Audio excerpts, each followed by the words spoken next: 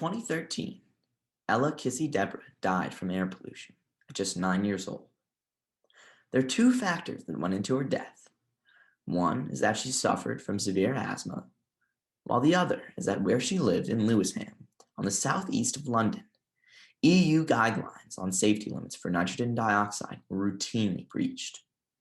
As a result, small particles called PM 2.5 and PM 10 penetrated her lungs and cardiovascular system, worsening her condition to the point of suffering and then death.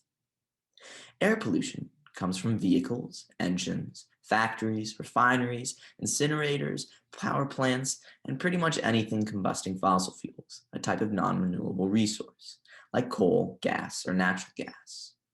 This combustion creates carbon monoxide, carbon dioxide, nitrogen oxides, sulfur oxide, and particle pollution, which includes the particles that killed Ella just 9 years ago. These effects, in bulk, leads to serious increases in soot and smog, and diseases like lung disease, lung cancer, emphysema, heart disease, and they also contribute to greenhouse gas emissions. Greenhouse gases created from air pollution can include carbon dioxide, methane, and nitrous oxide. These greenhouse gases result in, well, the greenhouse effect.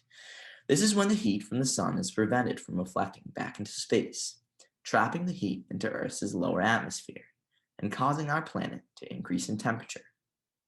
This is a very basic way of defining global warming, but this global warming results in, you guessed it, more not so nice things, ranging from increases in storms, droughts, sea levels, and a loss of habitat. Now, for the best transition in all of public speaking, let's move on to acid rain. Acid rain is any form of precipitation with high levels of nitric and sulfuric acids, which can come from the fossil fuels burnt by humans that produce sulfur dioxides and nitrogen oxides into our atmosphere. When acid rain reaches the ground in the form of any precipitation like rain, snow, and additionally fog, it can harm plant life by killing leaves or damaging nutrients in soil through soil acidification. Additionally, it can enter water systems as runoff and sink to the ground. It can make water toxic to aquatic life and even animals above water through a system called bioaccumulation, which is basically when one organism eats enough other organisms that are polluted with chemicals, becoming polluted themselves, and then being eaten by another organisms that, after enough repetitions of what I just said, the chemicals spread throughout and between entire ecosystems. Basically, acid rain is additionally a source of water pollution, but there are many other sources as well. Water pollution is when pollutants like chemicals, waste, and parasites make their water unusable compared to what it once was. Like many other of the topics that I'm covering, water pollution is something that needs to be explained specifically on its own. But in a hopeless attempt to summarize it all down, there are many different types of water pollution that are caused by various uses of non-renewable resources. Some examples include when a watershed occurs, which is when an area of land captures polluted water from the air and leads it into various bodies of water. An example of this is when the acid rain would run off into water, like how I mentioned earlier. Another example of water pollution is when effluent, or wastewater, is deposited into bodies of water.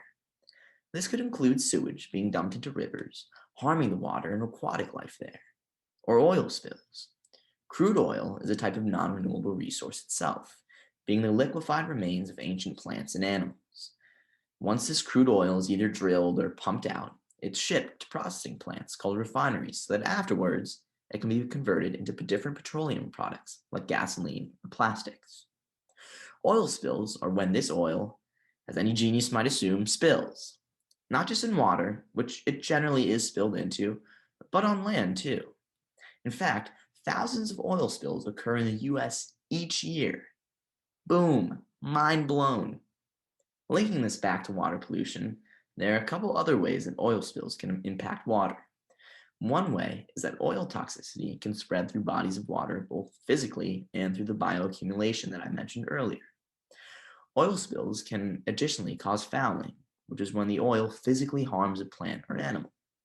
An example of this could include oil coating a bird's wings, leaving it literally unable to move or fly. Now, that's not the most emotionally uplifting imagery, but it, if anything, proves why this is such an issue. And if you're hoping that this is at least a problem that affects only wildlife, you're wrong. The toxic compounds from oil can cause heart damage, stunted growth, which I'm constantly told I suffer from, immune system effects, and even death to humans. Take the 2010 Deepwater Horizon oil spill that happened in the Gulf of Mexico, where the coastlines of Texas, Mississippi, Alabama, Florida, and Louisiana were all affected with unsafe water. Now, I know that no one really cares about half those states, but still, animal and plant life in the Gulf had significant health effects, including death, while humans were affected as well. They were even indirectly affected, while many were forced to stop fishing while the water still cleared up.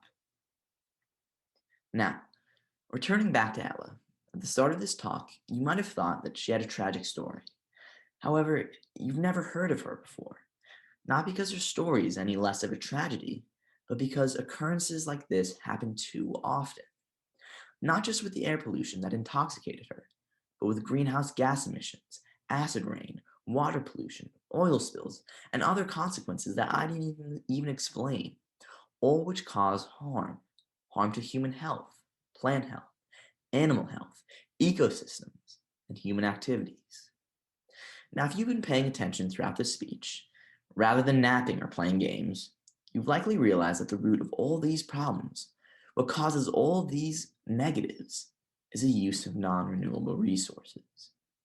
Non-renewable resources, specifically fossil fuels like oil, natural gas, and coal, all things that I've mentioned before, are terrible for our environment, which affects everything, as you've seen. It's only getting worse too. As our population increases and the wealth of our population increases as well, the necessity for fuel to support humanity will only grow. But non-renewable resources aren't even sustainable. We're supposed to run out of coal in 68 years, natural gas in 38 years, and oil in just 30 years. Thankfully, there's an alternative with renewable resources. Even nuclear energy is a potential solution, but we have to make a switch now. We have to wake up